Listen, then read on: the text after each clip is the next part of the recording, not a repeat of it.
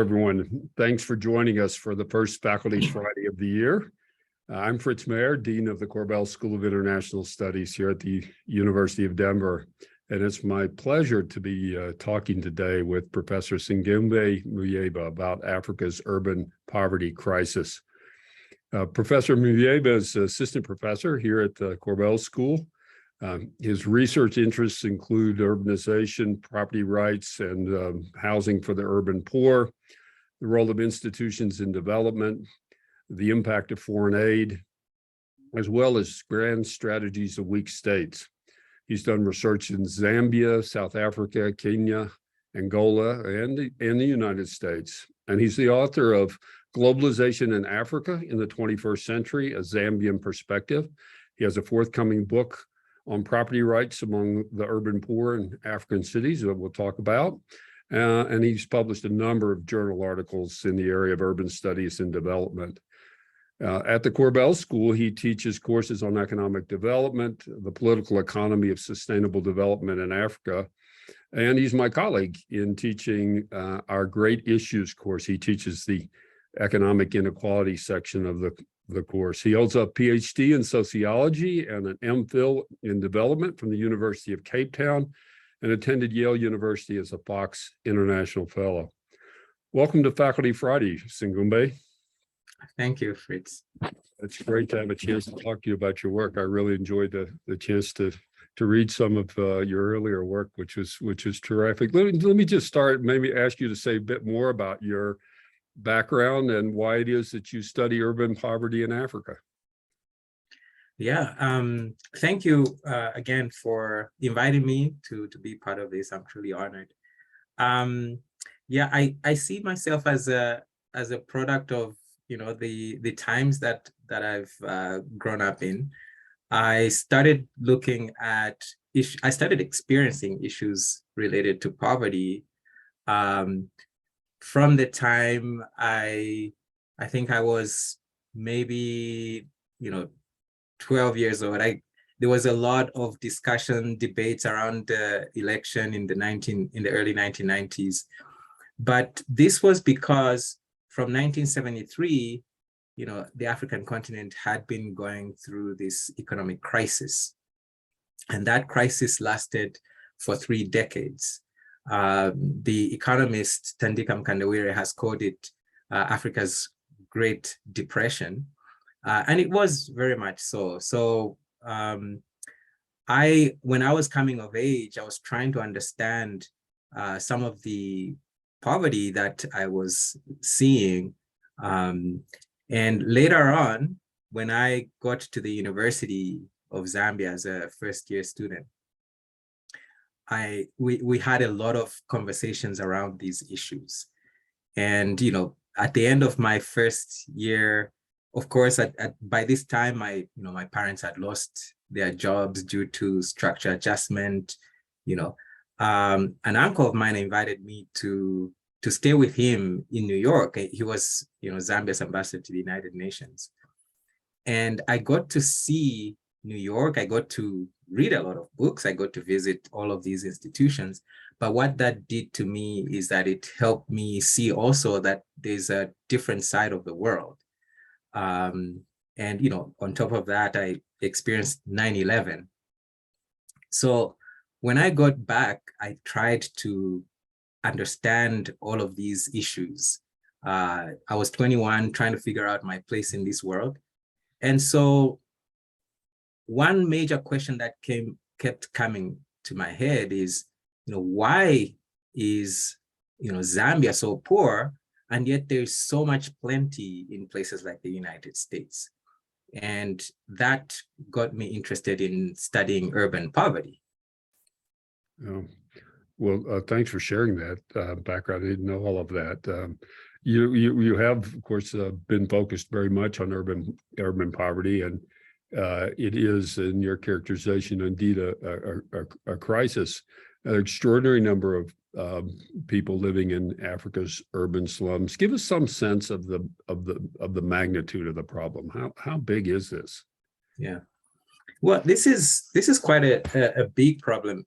I mean, just to start off at a very big level, at a high level, we have about maybe 1,600,000,000 people across the world who are experiencing extreme poverty. In Africa, we have a population of 1.25 billion people.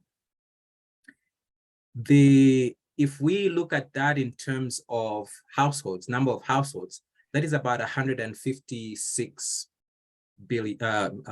million households. 51 million of those households are, precariously housed. And if we convert that into, individuals, that's about 400 million people. Oh. And if we go down now to look at the number of people in slums, there are about 260 million people who are living in slums. So it's quite a big issue. At the same time, in terms of poverty, there are about 44% of Africa's population, around 490 million people who are living in poverty. And if we look at all of these other metrics, it's really a precarious situation. It is definitely a crisis, and it's not that this is it's a situation that is evolving. It's getting worse. So currently, we have 1.25 billion people. The UN estimates that there will be 2.5 billion people living in Africa by 2050, which is unprecedented. This means that in terms of absolute numbers, we're going to have more and more people who are living in poverty. There are, 43% of Africa's population is in urban areas. The projection is that by 2030, there will be about 50% or more living in urban areas. So, with all of these numbers going up, we expect to see increases, in slum dwellers, increases in urban dwellers, increases in slum dwellers, but also increases in the urban poor. So it's quite a big problem. It's one thing to talk about the numbers, and those are big, staggering numbers, but maybe put a human face on this. What does it mean? What is I don't know if there's a typical living situation, but what are we talking about, and what are the real consequences to those who are living in these conditions? Mm-hmm. Yeah. So if we look at the urban poor and they're living in urban slums, we are thinking most people who live in these areas are living in informal areas. And by informal, it means that the government has not designated that place as a place of habitation. And by doing so, the government is not mandated to provide services. So that means that these are people who cannot easily access water. When they access water, they are digging wells. And often some of these wells are, next to maybe a pit latrine. And often what happens is that, some of the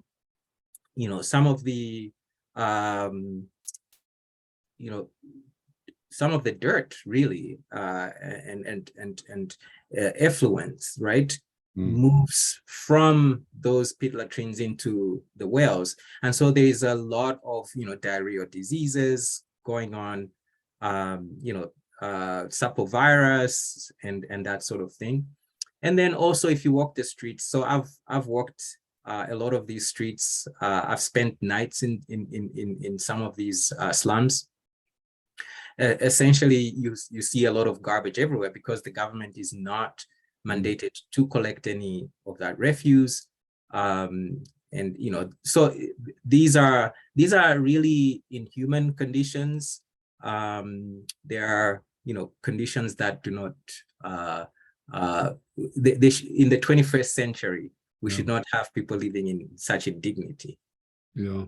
So you mentioned that the problem is getting worse, and you know, I think most people, I think, who believe, and in some ways it is the case that we've had some success in development and in terms of lifting people out of poverty, but in this regard, there appear to be more and more people in these kinds of living conditions. So the basic question is why? What is driving this? Why are people coming to the cities, and why do they find themselves in these circumstances? Yeah, it's a very interesting situation. So we've had all of these traditional reasons, like people just moving from rural areas to urban areas. But it's particularly interesting for the African continent. So the African continent, the average age is 19.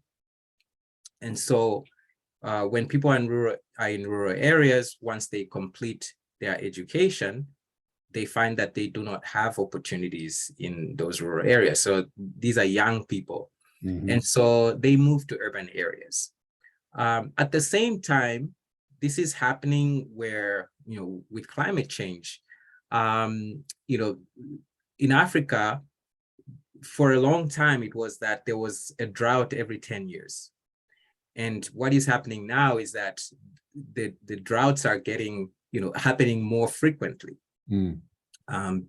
And like right now, we can be talking of the famine that's happening in Somalia, and much of East Africa. So those situations affect a lot, people who are in rural areas. So there are droughts, but at the same time, when the rain comes, it comes as torrential rain, and it washes away the topsoil, and so that ends up leading to poor nutrition in the soils and poor yield. And to survive, a lot of people have had to move to urban areas. If you think, I think the William Kamkwamba story in Malawi, which has been turned into a movie, actually explains some of that, where with all of this torrential rain, yield reduces, and then there is a drought, and so people start to find inventive ways to deal with this, but most of them move to urban areas. And then, of course, there's just the natural increase. Most African countries are either in the second or third stage of the demographic transition, which means that they are having more births and fewer deaths. And so the natural increase is already high. Annually, the UN has estimated, the World Bank has estimated about an urban population increase of about 4.5%. And so all of these are sort of factors that are contributing to increases.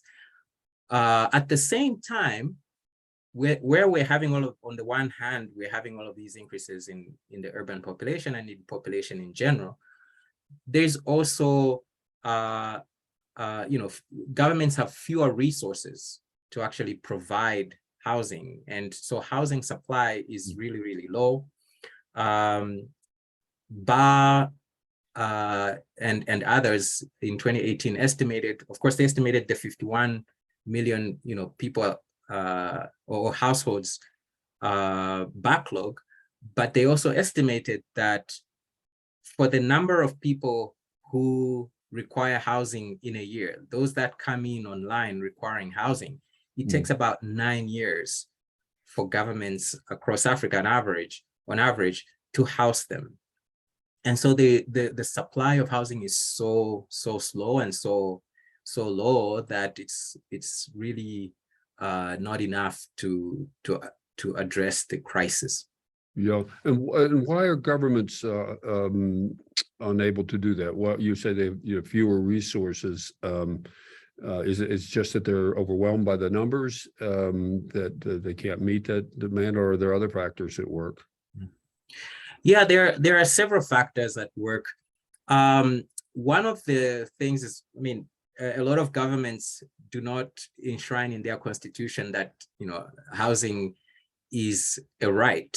They recognize that housing is a right, but they do not enshrine it in the constitution, which means they're not obligated to provide it. Nevertheless, for a long time, going back to post-independence, just after independence, and the first 10 years of independence, a lot of governments provided houses, either through employment, or, just building social housing. But following the structure adjustment programs, so this is, of course, in the middle of the economic crisis, the World Bank and IMF suggest that, well, governments should, let the private sector, take over the provision of services. Governments should not directly provide housing. And we're talking about, 1978, Robert McNamara becomes president of the World Bank, and, he has all of these economists, market fundamentalist economists who are advising. And so, and then we have Reaganomics, Thatcherism, etc., Washington Consensus. And so these policies actually made it very difficult for governments to have a direct, housing provision policy. And so the idea is to leave it to the market, but that has not worked very well. Yeah, we'll come to that, and particularly work on property rights, which is a piece of this. But just to follow up on that, why didn't that work? I mean, there was, of course, in that ideology, a great confidence in markets as a solution. The notion that going to get government out of the way and the market would take care of it. And why, in your estimation, does it appear that at least that the private market just didn't supply the housing that's needed? Yeah, there are several reasons. I think initially the private sector was not well developed in a lot of these countries. If we go back to the early 70s, a lot of these countries decided to adopt socialist-oriented policies, and they implemented these for years. And so when the structure adjustment programs came, Naomi Klein has called this shock therapy, right? It was immediate. It had to be done all at the same time. And so the private sector could not, handle that, and it was in development in itself. But the other issue, which is the biggest issue for me, is that a lot of the private sector cannot make, they cannot make investments where they will not get much of a return. And so, the poor in slums, obviously happening also at the same time with, these massive losses in jobs due to structure adjustment. Yeah. The private sector could not invest in housing, expecting a return on their investment if they focused on the urban poor. Yeah. So turning more to the present, I suppose, and so the core question is, what is to be done? And for scholars like you, I'm thinking about, okay, that was the past, and these are the causes, but what can we do now? And one school of thought is been very much in the same vein in a lot of ways, that what is needed is to give people property rights, and that would be a huge part of the solution, what you call freeholder ideology. So I wonder if you could just explain what you mean by freeholder ideology, and why are you critical of it? Why do you think it is insufficient? Yeah. So freehold ideology is this idea that, and it's a pervasive one, it's this idea that if you promote ownership, you give people ownership, right, of land or housing, there are so many economic benefits that will come out of that it will lead to poverty reduction. It comes from, market fundamentalists. And the idea of ownership is vital, yes, to production, to workings of the market. You cannot sell something that you don't own. So ownership is absolutely essential.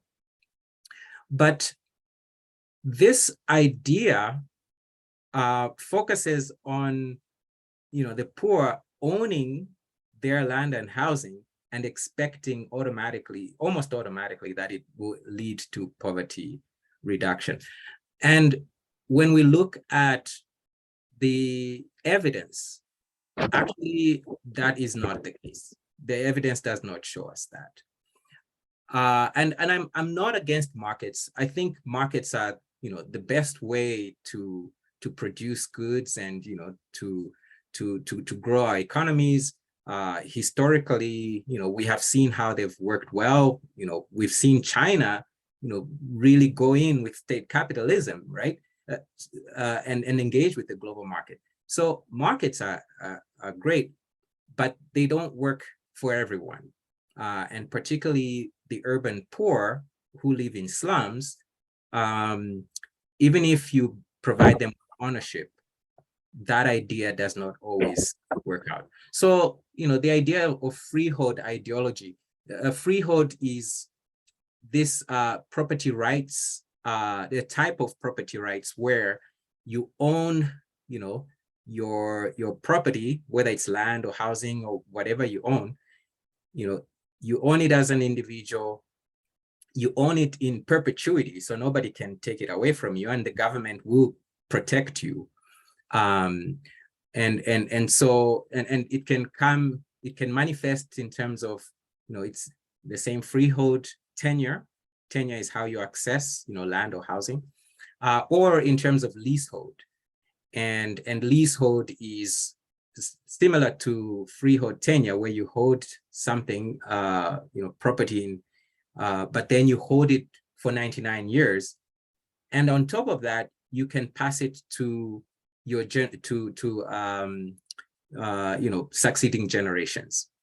So the idea is, is great, but then among the poor, we cannot just apply it. It's ideological, because we're really depending on this market fundamentalist idea that it works, and just that it leads to, it causes poor people to borrow, get credit on the market, and then use that credit to do investments in their housing.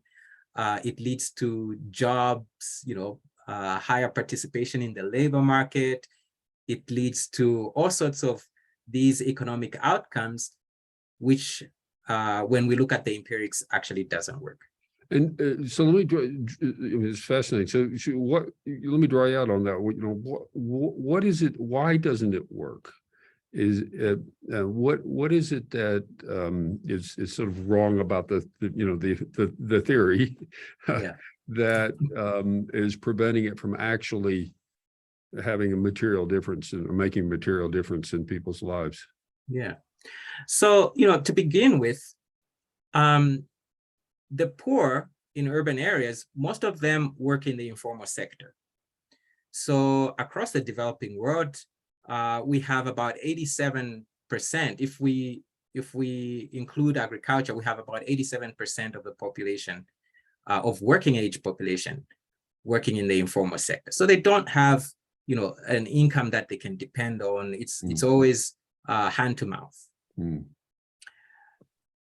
If they go to the bank and they say, well, I now have, the government through this World Bank supported program gave me, my title, I own this property, I would like to borrow against it, I would like to use this title as collateral, the bank says, you're not a good investment.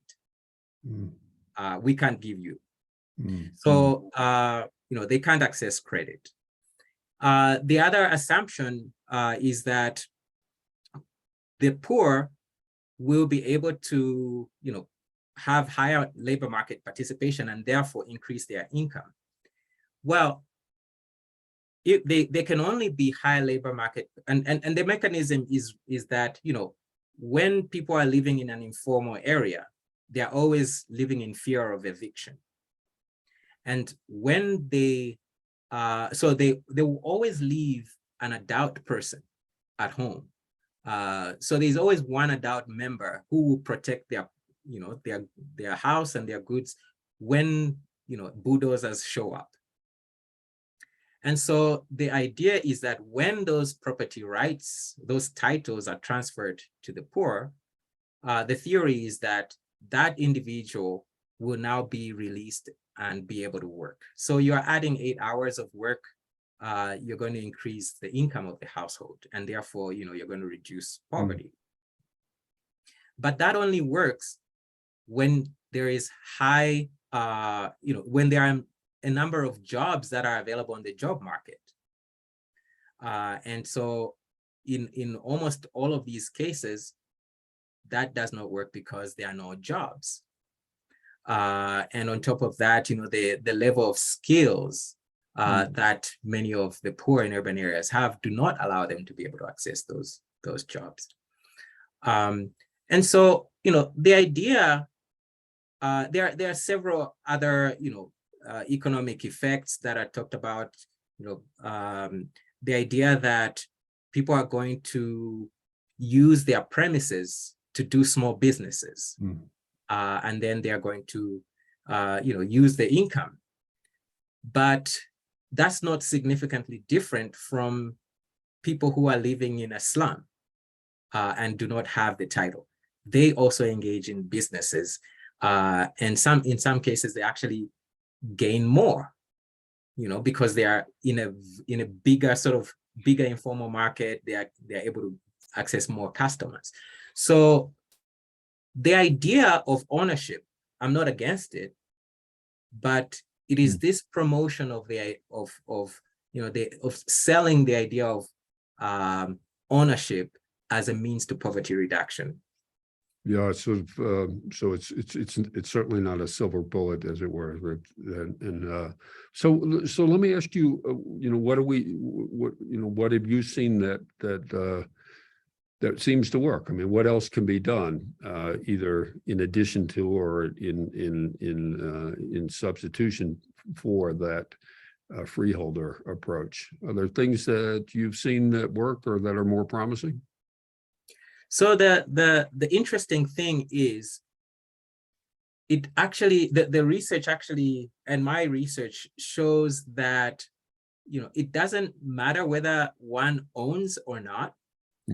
What matters is this idea of perception of tenure security. So, if you perceive, you perceive that the government is not going to kick you out of the land that you're at for any reason, whether it's political or other, and you in your thinking, and your feeling, it's almost like a gut feeling that I can live here as long as I want. When people have that perception, they actually invest in their housing. They do exactly what somebody with a title would do. So if we move away from that idea that title is necessary, and an important condition for economic opportunities, that helps us, first of all, in just changing that, having that shift in paradigm. But at the same time, we have seen, like in the case of Angola, in Angola, the government is very much a leftist state, and it decided to build housing for its poor, social housing. These are people who were living in areas that are, susceptible to natural disasters. They moved them to a different area, built housing for them. They did not transfer ownership of the housing. The government still owns the housing, but it gives them use rights. And the interesting thing, even with regulations to say, do not rent out, do not sell, do not do all of this, the people actually converted those houses. They built double-story houses out of them, and rented out some of their rooms, and they've actually got more income. So it's this idea that property rights, right, and that documentation does not actually work. What is actually important is that perception that people have. Oh, so it's fascinating. So then I guess the follow-up question then is how does one create that perception or even the reality of greater security of tenure, right, beyond the property rights? Right. It has to do with how the state interacts with the urban poor. If a state is constantly, evicting people, it is not recognizing some of their, under international cultural rights, if people have lived in an area for 10 years or more, the government cannot just kick them out. It has to recognize that, okay, this is a settlement, and go beyond and provide services. So if governments decide to provide services, that then works better. And based on the study I did in Angola as well as in Kenya, it seems that governments cannot get out of their obligation to build houses. They have to, if they are to reduce housing poverty. In Massachusetts, where I worked, the saying was the saying that was there was the solution to the housing problem is housing. Yeah. So if people are housing poor, you have to build housing. You have to provide them with housing, and I think that's one thing that governments need to do, and somehow they need to be able to work that with the World Bank and the IMF and their agreements around some of this funding that they get. Yeah, I was fascinated some of the stories you actually incorporate into some of your writings, the ways in which the stability of housing and that increased security created a whole different psychological state, a whole different, it had all kinds of sort of non-economic benefits, right? Yeah, absolutely.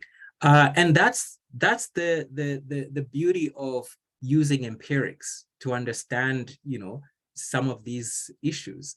If we use a market fundamentalist approach, we miss the story of what the impact of what the true impact is of some of these property rights.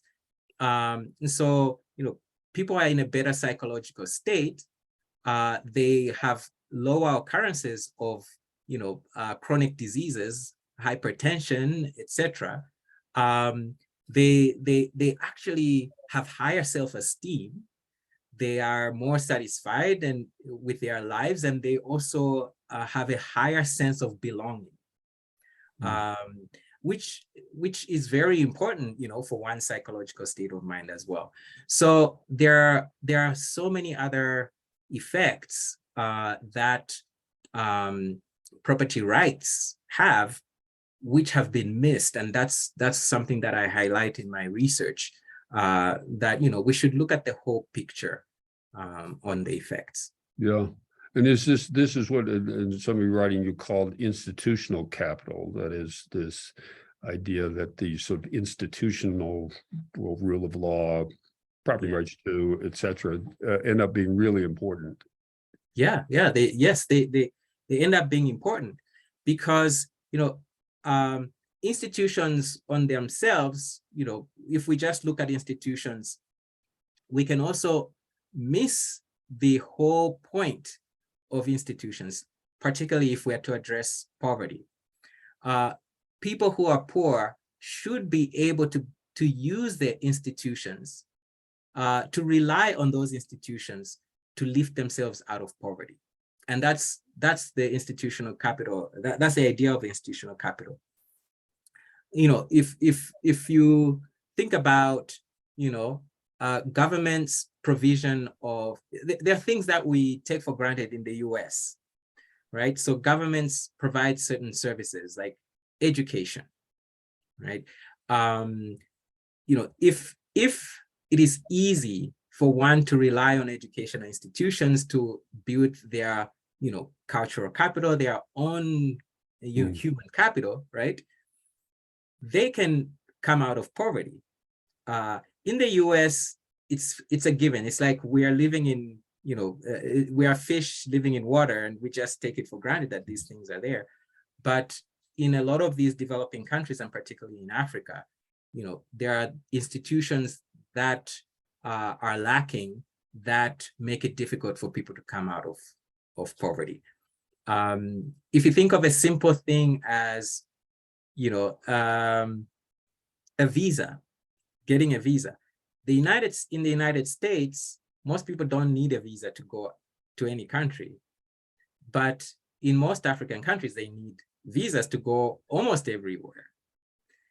If there were institutions that were put in place that would say, all right, let's negotiate and establish that we do not need visas to go to such and such a place, a lot of people would actually be lifted out of poverty. So such small changes in institutions can actually impact people's lives. And so that's how I got into that idea of institutional capital. Yeah. I want to encourage all of you in the audience to put the questions you might have in the Q&A. We'll open up for questions from you in a couple of minutes. So please do that. We'll try to get to as many of those as we can. Let me shift gears just a little bit and take you back to some of your earlier work when I think you began as a graduate student in Cape Town, and where you were really looking at race relations in post-apartheid South Africa. You wrote then, and I think still would say now, that South Africa remains a highly segregated society. And I think the hope there, and indeed in other places in the world, that was that in time this would become less so. I don't know that it has, but you looked at some situations, I think, where it looked like at least increased contact had some positive effects. And of course, there's a whole question of what led to that increased interaction between Black, white, and colored in the context of South Africa.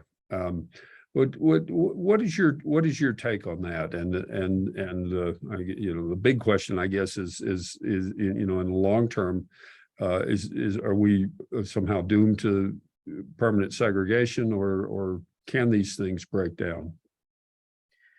Yeah, this is a very interesting question. When we did the research, we had looked at several neighborhoods, in the Western Cape.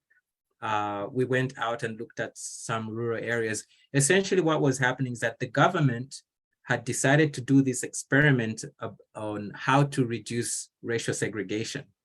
And if you remember, that South Africa was basically divided into these Bantustans, where you had, no mixing of races, and each race had sort of its own nation. And in the cities, that's where we had just a little bit of, mixing. But when the post-apartheid government came in, they decided to establish these mixed neighborhoods. And so, we were commissioned by the government to go in and do this research to see, what is happening in terms of mixing. And we had gone back to look at this hypothesis, the contact hypothesis by Harvey Mollock, who suggested that prejudices reduce when people actually have this direct contact. But what we saw in South Africa was, yes, there was some evidence of mixing, cross-racial interaction in these low-income communities. There were some examples where people were relating to each other as if they were cousins. But the bigger pattern that we saw really was those people that, even among those people that had mixed, right? We had most of them saying that their closest friends and all the people that they hanged around with were those of the same race. Yeah. Yeah. So, you could have a neighbor who is of a different race than you, and you could say good morning and all of those. But in terms of the actual interaction, people would gravitate, they would hang out together in their groups. So what the study was showing us was like, yes, there was some level of interaction, some meaningful, but in most cases, that segregation continued. And today, we still see a lot of this segregation. Most people, interact with what they see as their own. It is there at education institutions, even at the University of Cape Town, for example.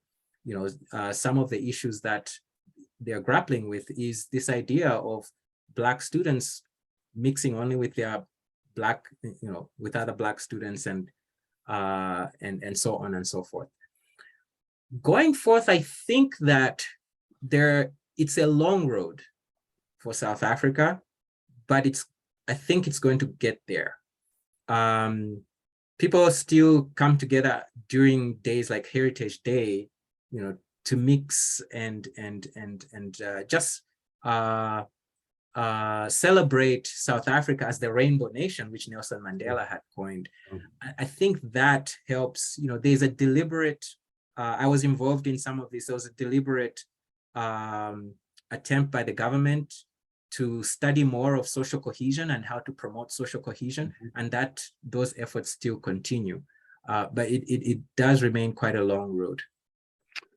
Well, let me, I would gladly monopolize the conversation because I'm enjoying talking to you so much, but I should turn to the questions from those viewing us in the audience today. So let me do that. And I'll start with Bob Utaro, so our colleague who's asking, what do you think is behind the kind of thinking promoted by the World Bank that privatization is the way forward, especially if the private sector is or was, as you said, underdeveloped? So yeah, I like that. What lies behind that? Well, a lot of this can be traced back, to the 70s, especially early 70s when we had the oil crisis, and then there were all of these changes. The ideas that were coming up, were really more of market-oriented ideas. With the wave, and if you remember, with that wave of nationalizations that took place basically across the developing world, the coming of the theory of dependency theory, right? The backlash to that was the rise of this neoliberal thinking. Particularly, we had people like, yes, Professor Jagdish Bhagwati, Milton Friedman, Anne Kruger, all of these scholars, Harry Johnson, these are economists who were, market fundamentalists, but at the same time, they had so much influence within the World Bank. Yeah. A number of them were, World Bank chief economists at some point. And so when they come in, they basically, change the way that the way that the economy should work. And also, I mean, I do take note that when the IMF and the World Bank were established back in 1944, every country that would become a member of the IMF had to agree to all of these market-oriented policies. So it's not that these countries don't know, but when they need the money, they must adhere to what they signed on. And so that thinking has continued to today. Yeah. And of course, the IMF and the World Bank were established in a way as to rebuild Europe. Its development mandate only came later. And so it was this fascinating kind of retrofitting that you referenced McNamara. Absolutely. That as the World Bank pivoted to poverty reduction as its mandate. And it's a fascinating intellectual history, I think, there that you covered there nicely. So let's get to another one. Jackson Barrage asks, what are some of the first signs of scaled poverty reduction in communities that go from insecure to secure housing situations? And what institutions are the first to organically emerge? This is an interesting question. So there's been a lot of work that has been done by Caroline Moser. I think at the time she was with the Brookings Institution, she had done some research around this.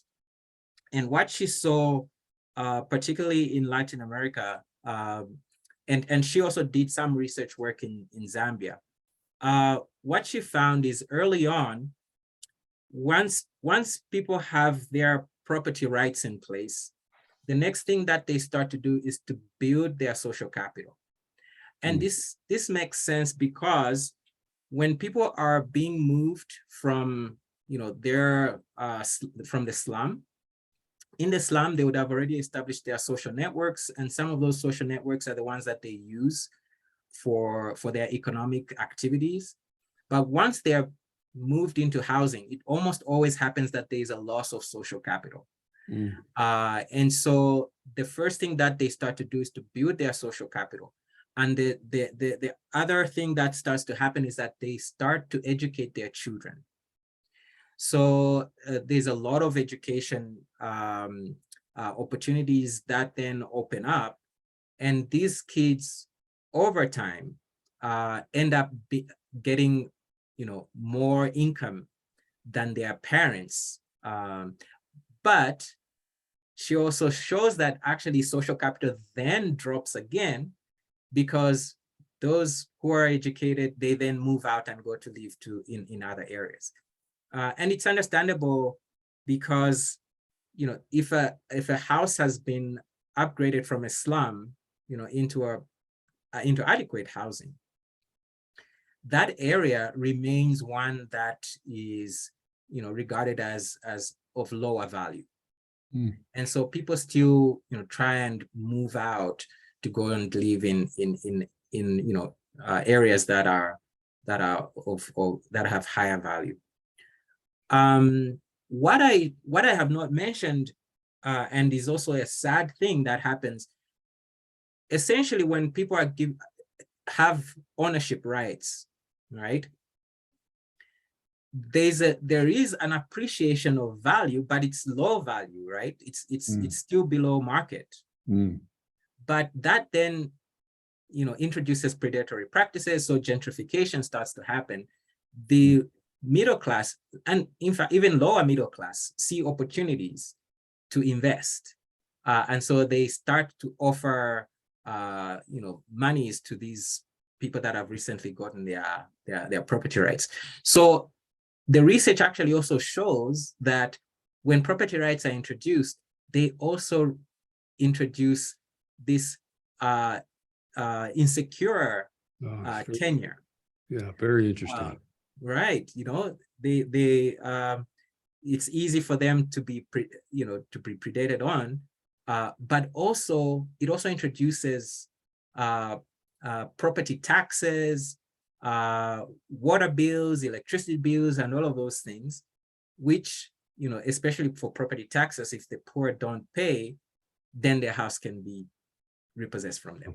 So, yeah. you know, Very, very interesting. We have a couple of questions about China and Belt and Road. And of course, there's a lot of interest in the extent of China's investment in Africa. And so our colleague Eileen Grable is asking if any of these investments involve investments in housing at urban poor. And Natalie Schock asked a more general question, just what is your perspective on China's Belt and Road Initiative, presumably on development in Africa? Yeah. So yeah, it's fascinating question. Thank you so much, Professor Grable. So the one important case that I can reference is that of Angola. So you know the Angolan government. So you know they ended their war after the death of Jonas Savimbi in 2002, and began this you know long journey of reconstruction. And to access you know funding, they decided to you know sell their oil or actually trade their oil for housing. So the president at the time, President Dos Santos, introduced this oil for housing program.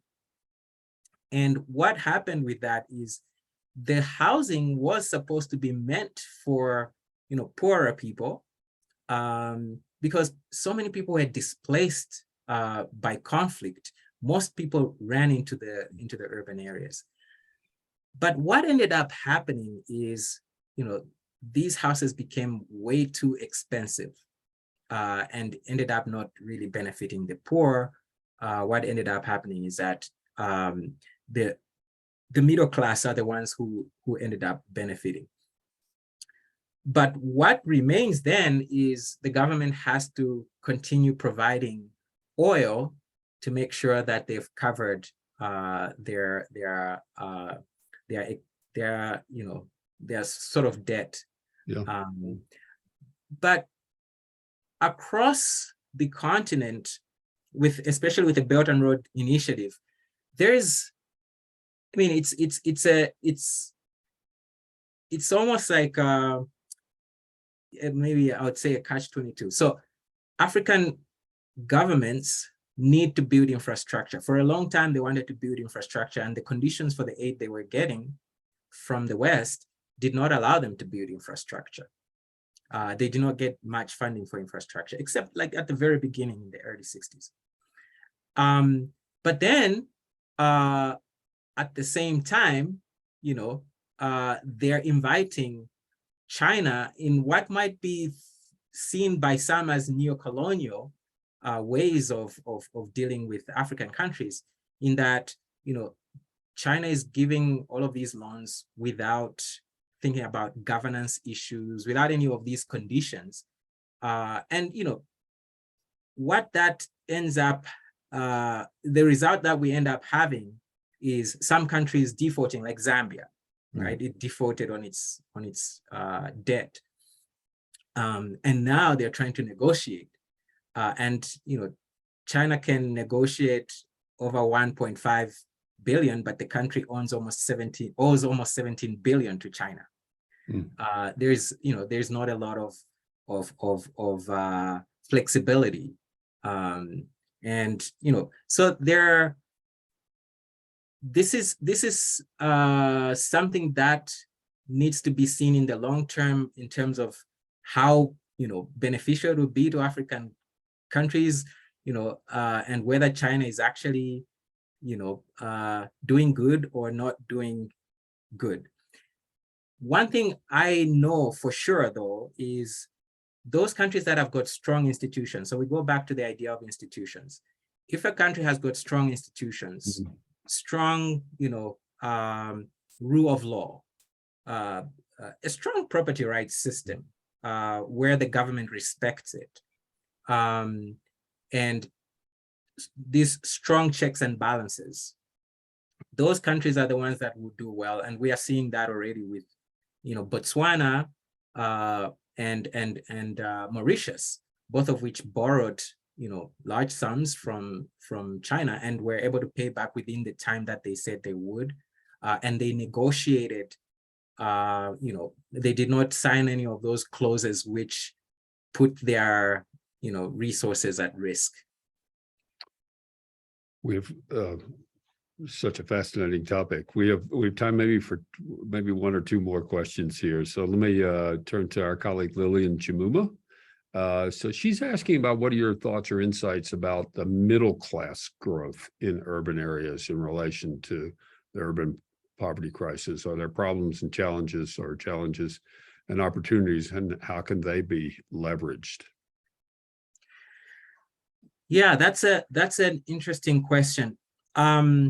So for a long time, Africa, has had this inequality, right? African countries have had this inequality that has actually stayed almost stagnant.